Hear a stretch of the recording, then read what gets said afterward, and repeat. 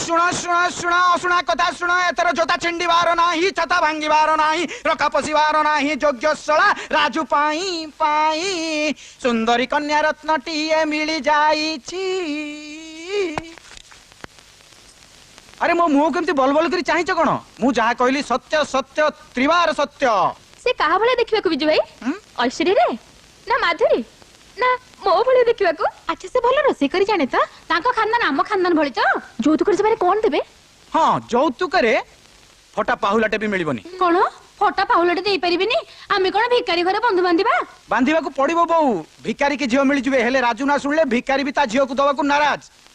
हम घर को जे बहु हे आसीबो से सर्वगुण संपन्न हवा दरकार जेमिति कि ए घर परिस्थिति सागरे से खाप खै चली परिबो। सेमती झियोटे ठीक करछि गरीब घरे सिना जन्म हेछि हेले रूपरे साक्षात लक्ष्मी आ गुणरे साक्षात सरस्वती। से कहा झियो आम गुमास्ता शिव बाबू को झियो।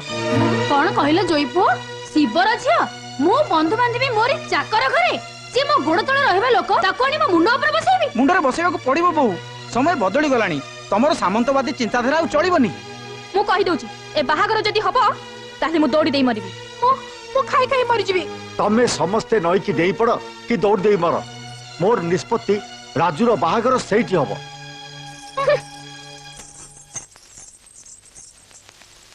शिवर झियो ए घर को बोहई आसिले निश्चय घर को सजाड़ी दब किंतु मोर भय होची राजू को बाहाई जब से झियर जीवन नष्ट हो जाए।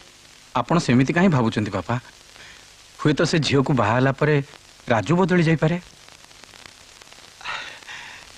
तमर तुंड सुतुंड हो बापा।